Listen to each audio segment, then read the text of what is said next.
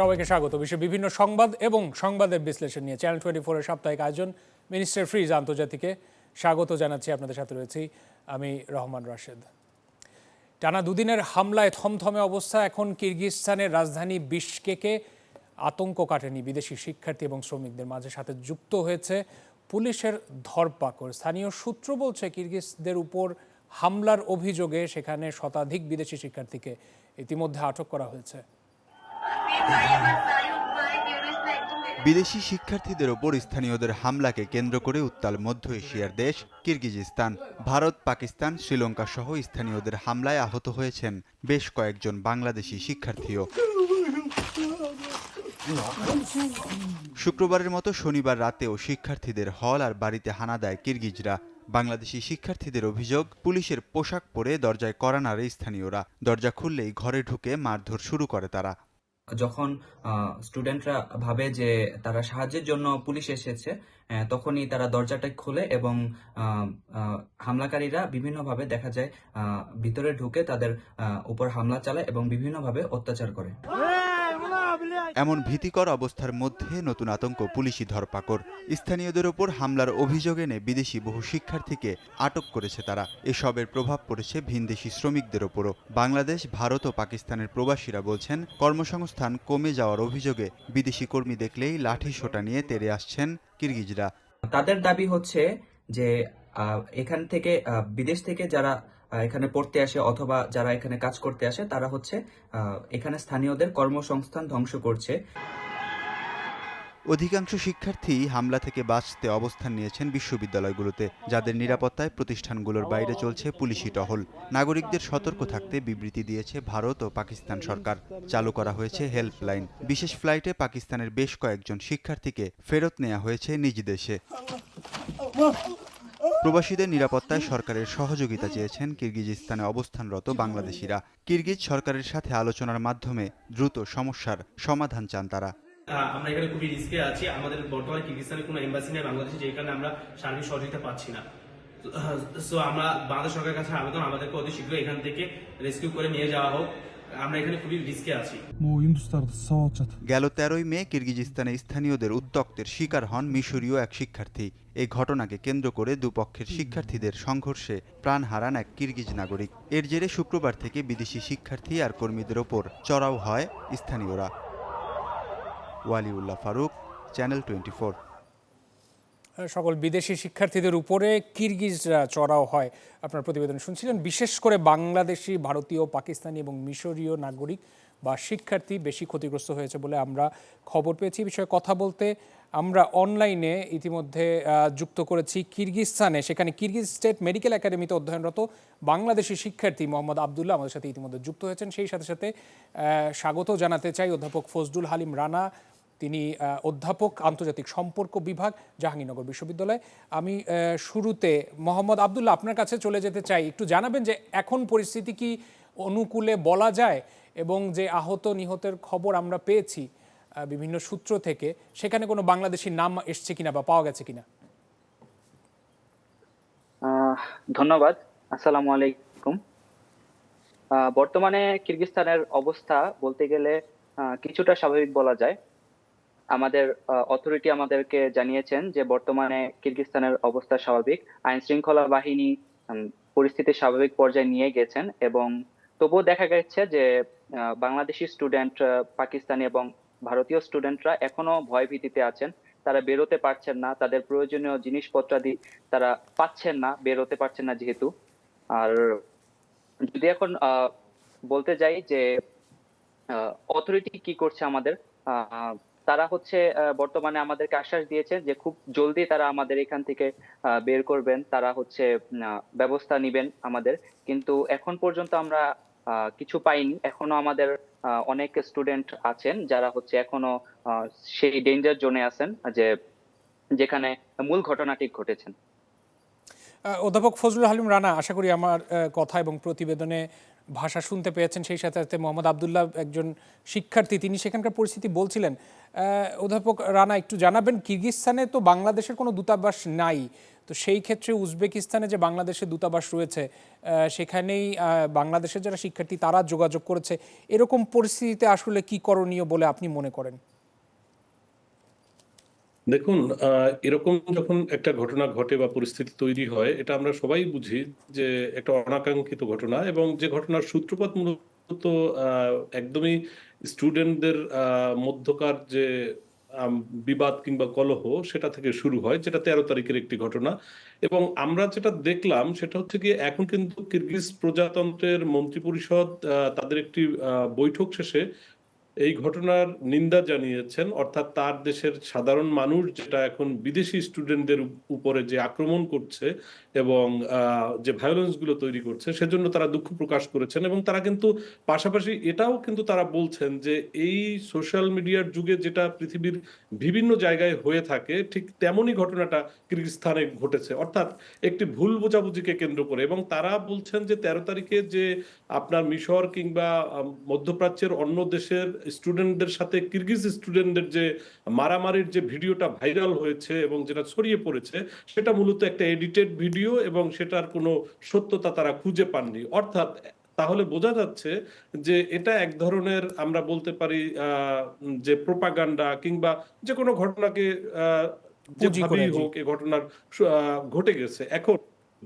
Remedy হিসেবে আমরা যেটা দেখলাম সেটা হচ্ছে গিয়ে বাংলাদেশ, পাকিস্তান এবং ভারতের স্টুডেন্টদের, আমরা যদি বলি সাউথ এশিয়ায়, এরা আক্রান্ত হয়েছে। এবং সেক্ষেত্রে যে কাজগুলো করা যায়, মূলত পাকিস্তান এবং ভারত এবং বাংলাদেশ একই কাজ করেছে। সেক্ষেত্রে বাংলাদেশের দূতাবাস যেহেতু কিরগিজস্তানে নেই, তারা উজবেকিস্তানের যে দূতাবাস রয়েছে তার মাধ্যমে একটি হেল্পলাইন খুলেছে। এবং পাকিস্তানও কিন্তু একই কাজ করেছে, তারাও কিন্তু একটি আপনার হেল্পলাইন খুলে তারপরে হচ্ছে গিয়ে স্টুডেন্টদের যে কোনো সুবিধা অসুবিধা জানার জন্য নিমন্ত্রণ জানিয়েছে তাদেরকে, এবং তারা কিন্তু সার্বক্ষণিক যোগাযোগ রাখছে। ঠিক একইভাবে আবার আমরা যদি ইন্ডিয়ার দিকে তাকাই, ইন্ডিয়াও কিন্তু একই কাজটি করছে। অর্থাৎ তারাও কিন্তু একইভাবে আপনার স্টুডেন্টদের জন্য একটা গেটওয়ে খুলে দিয়েছে এবং তারা সার্বক্ষণিক যোগাযোগ রাখছে। আব্দুল্লাহ, আমার কথা শুনতে পাচ্ছেন? তো এই মুহূর্তে আমরা যেটা শুনছিলাম এবং দেখেছি যে যারা সরকারি যে বিশ্ববিদ্যালয়গুলোতে পড়ে এবং ডরমেটরিতে থাকে তারা মূলত আক্রান্ত হয়েছে। বাংলাদেশি যে শিক্ষার্থীরা ডরমেটরিতে রয়েছে, যারা সরকারি বিশ্ববিদ্যালয়গুলোতে পড়ছে সেখানে কিরগিজস্তানে, তারা এখন কোথায় আশ্রয় নিয়েছে? আহ এখানে হচ্ছে দুই ধরনের মানুষ থাকে, যেমন কেউ থাকে হোস্টেলে এবং কেউ থাকে বাইরে অ্যাপার্টমেন্ট অথবা বাসা বাড়িতে ভাড়া অবস্থায়। তো যারা অ্যাপার্টমেন্টে এবং যারা হচ্ছে বিভিন্ন বাসা এবং থাকে, তাদেরকে ভার্সিটি কর্তৃপক্ষ তাদের হচ্ছে হোস্টেলে সরিয়ে নিয়েছে। এবং যারা হচ্ছে পূর্ব থেকেই যারা হোস্টেলে থাকছে তাদের জন্য পুলিশ নিরাপত্তা আরো বাড়িয়ে দেওয়া হয়েছে আর কি। আর এই এখন পর্যন্ত ওখানে আমরা জেনেছি যে নিহতের খবর পাওয়া গেছে, যদিও কোনো বিশ্বস্ত সূত্র নিশ্চিত করেনি। কতজন নিহত হতে পারে বলে আপনাদের ধারণা বা কোনো তথ্য আছে কিনা, সেটা বিদেশি নাগরিক হলেও? আমাদের ধারণা এবং যতটুকু তথ্য আমরা পেয়েছি, নিজেরা পেয়েছি, তাদের মধ্যে 4 জন নিহত হয়েছেন, এটা খবর আমরা পেয়েছি। কিন্তু তার মধ্যে কোনো বাংলাদেশি স্টুডেন্ট নাই অথবা বাংলাদেশি কোনো নাগরিক নাই, সেটা নিশ্চিত হয়েছি। এবং অন্য যে কোনো দেশ, যেমন আচ্ছা, পাকিস্তান এবং আপনারা থাকুন, একটা ভারতীয়। বিরতি নিয়ে আসছি, আপনাদের কাছে ফিরবো আবার। দর্শক শুনছিলেন আমাদের অতিথিদের কথা, এবং মিনিস্টার ফ্রিজ আন্তর্জাতিকে একটা বিরতির সময় হলো, বিরতি থেকে আসছি, সাথেই থাকুন আমাদের।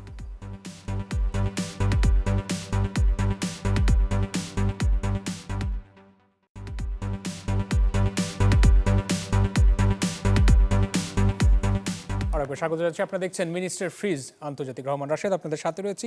অধ্যাপক ফজলুল হালিম রানা আমাদের সাথে যুক্ত রয়েছেন। তিনি অধ্যাপক, আন্তর্জাতিক সম্পর্ক বিভাগ, জাহাঙ্গীরনগর বিশ্ববিদ্যালয় এবং কিরগিজস্তানে অধ্যয়নরত বাংলাদেশি শিক্ষার্থী মোহাম্মদ আবদুল্লাহ, তিনি আমাদের সাথে রয়েছেন। অধ্যাপক ফজলুল হালিম রানা, আশা করি শুনতে পাচ্ছেন। আপনার কাছে যেতে চাই, আপনি বলছিলেন এবং কিরগিজস্তানের সরকারি তরফ থেকেও বলা হয়েছে যেটা, যে সোশ্যাল মিডিয়া বা এই প্ল্যাটফর্মে একটা গুজব রটিয়ে এক রকমের অস্থিরতা তৈরি করা হয়েছে। এবং আমরা দেখছি যে সারা বিশ্বেই হেট ক্রাইম বলি বা এক রকমের অসহিষ্ণুতা আমরা লক্ষ্য করেছি।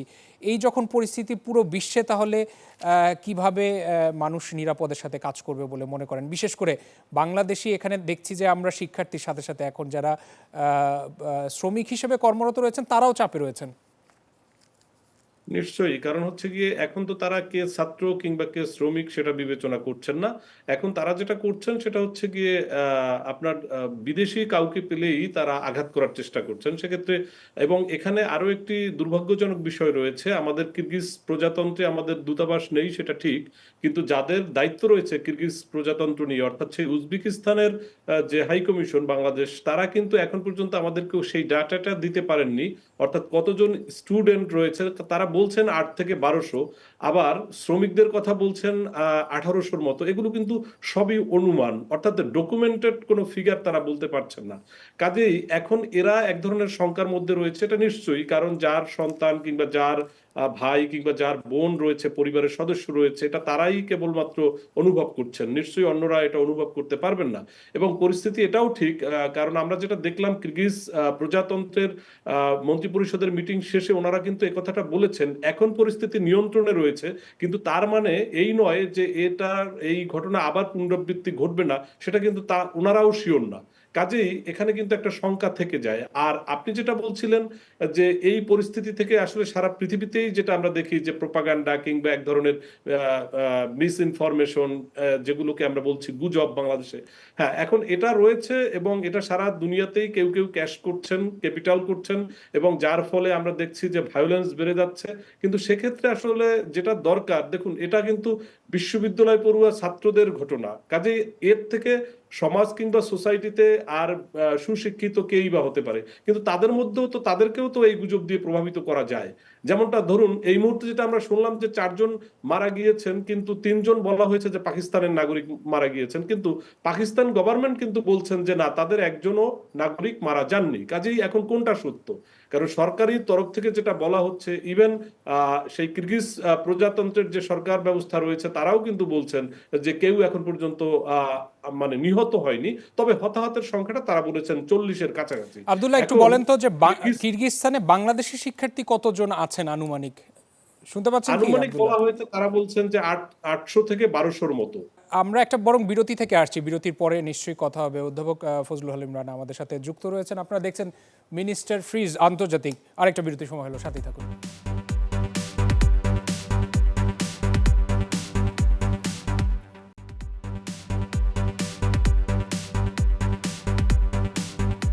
কিরগিজস্তানে বিদেশি শিক্ষার্থীদের উপর হামলা এবং সেখানে এই মুহূর্তে বাংলাদেশে অধ্যয়নরত যারা রয়েছেন তারা কেমন আছেন সে বিষয়ে কথা হচ্ছে।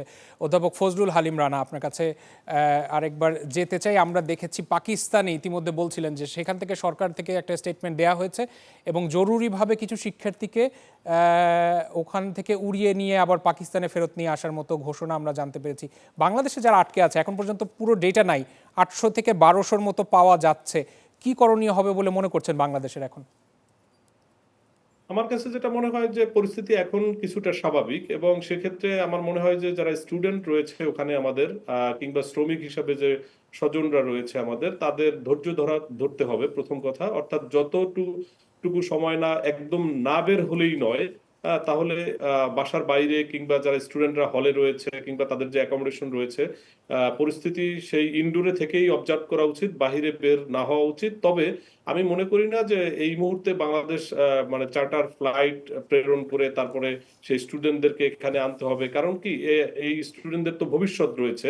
কারণ ওই কিরগিজ প্রজাতন্ত্র কিংবা তাদের সরকার কিন্তু তখন আবার অন্য কোনো সিদ্ধান্ত গ্রহণ করতে পারে, যেটা চরম কিংবা পরম হতে পারে। কাজেই আমার মনে হয় যে পরিস্থিতি পর্যবেক্ষণ করাই বুদ্ধিমানের কাজ হবে।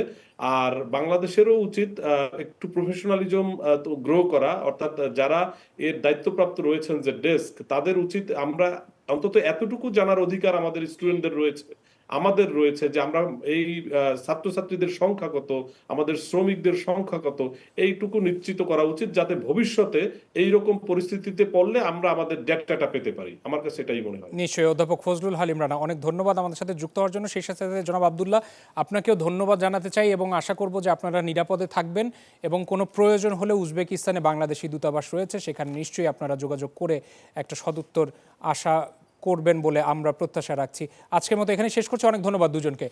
দর্শক, মিনিস্টার ফ্রিজ আন্তর্জাতিক দেখছিলেন। আজকের মতো এখানে শেষ করছি। সবাইকে ধন্যবাদ সাথে থাকার জন্য।